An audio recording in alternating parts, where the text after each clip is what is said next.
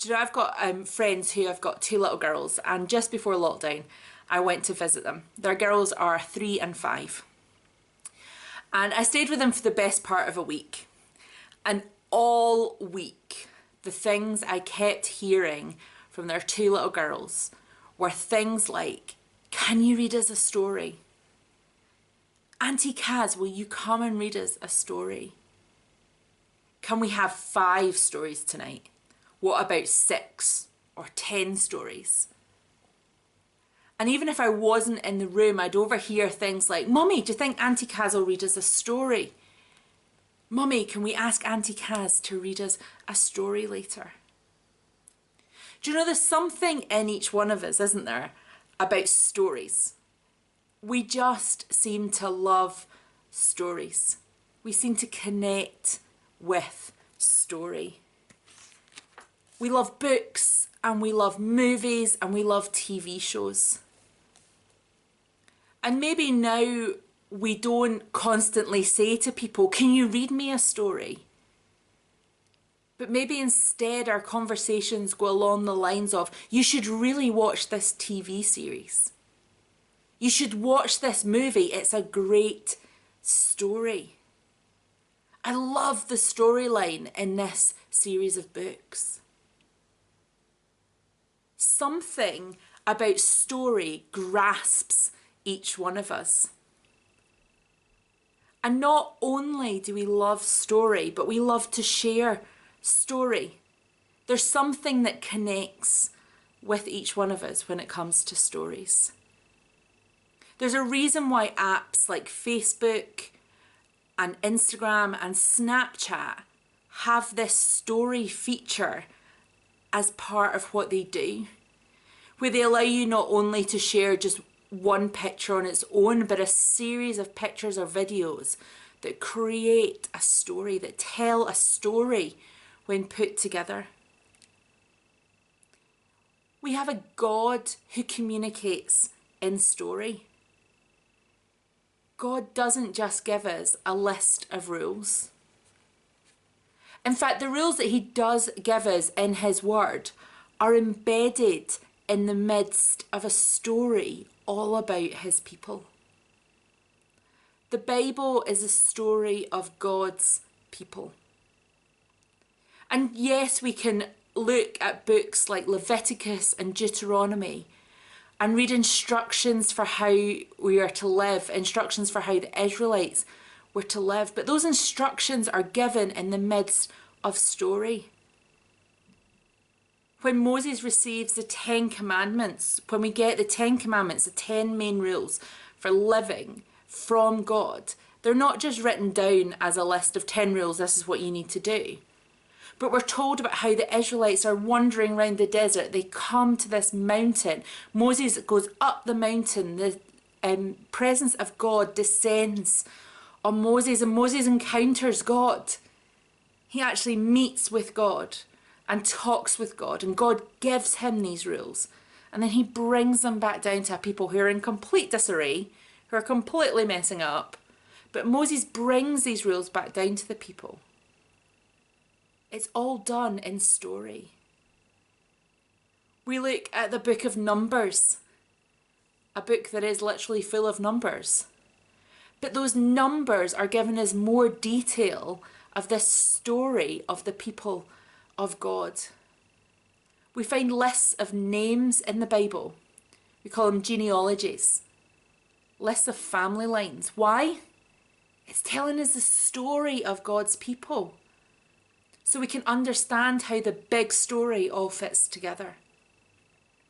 We read books of poetry, but we can find out how they fit in to the story by reading the books of history together with them. Understanding why David wrote certain things when he did, because we can read about what happened to him at different points in his life. God introduces himself to us in story. Jesus teaches using story. We call them parables. But he tells stories. As we read through the Bible, as we read through the story of God, we see the ups and downs of his people. We see their highs and their lows. The times when they walk closely with God. We get to see what relationship with God can look like. But we also see the times when they're distant from God. God doesn't just give us the highlight reel, but he shows us the whole story. And we're created in the image of God. So we're created in the one who teaches us and shares with us through story. So it's no wonder that story matters to us. It's no wonder that we're impacted so much by story. And it's not just the stories of others. We all have our own stories as well. We all have stories of our lives that are full of ups and downs, that are full of highs and lows, the good and the bad stuff. And every one of our stories matters. Do you know, I've heard so many stories over the years of massive, dramatic changes in life when people have come to know Jesus. Those stories are amazing, absolutely amazing. Maybe our stories don't sound like that, but I can tell you that every one of our stories matters.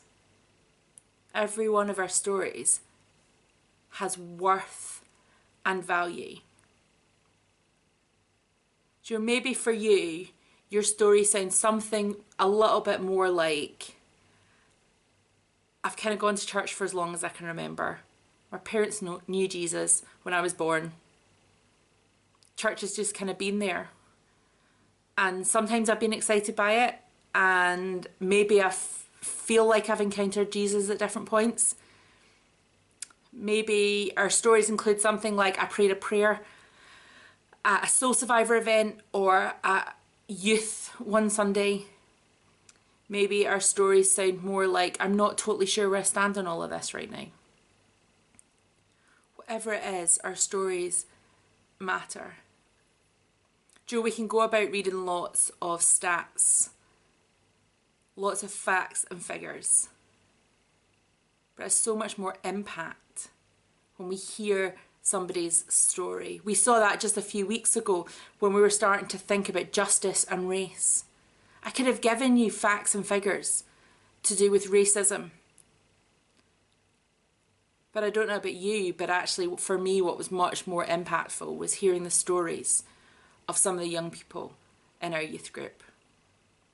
What is important is that we all begin to get that we have a story.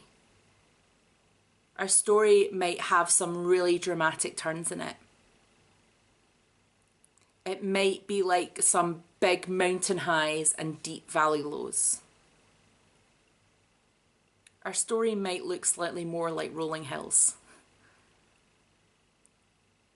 with gentle meanderings up and down.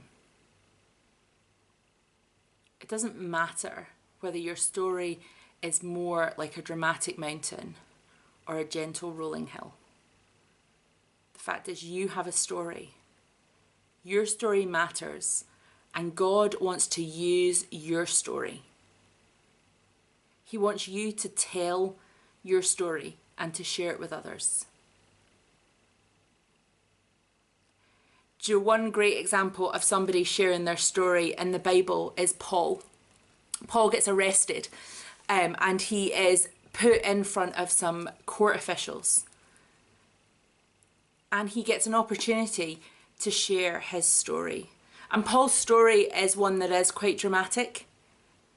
He was the killer of Christians, and he did encounter a blinding light. He encounters Jesus. He comes to faith and becomes a church planter. He becomes a person who writes a huge chunk of the New Testament for us. But Paul realised that he could be full of facts and figures, that he could be full of well-reasoned arguments, and Paul was an extremely academic man. He probably had plenty of academic answers about why people should follow Jesus. But Paul realises that what matters is that he shares his story. that he shares what difference God's made in his life. That he shares what his encounter with Jesus has looked like.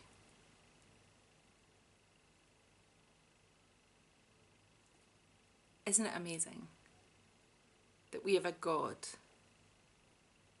who teaches through story, who reveals himself through story, and who gives each and every one of us a story that matters? If you take nothing else away from today, I pray that you will grasp that you have a story, and your story has impact and it matters.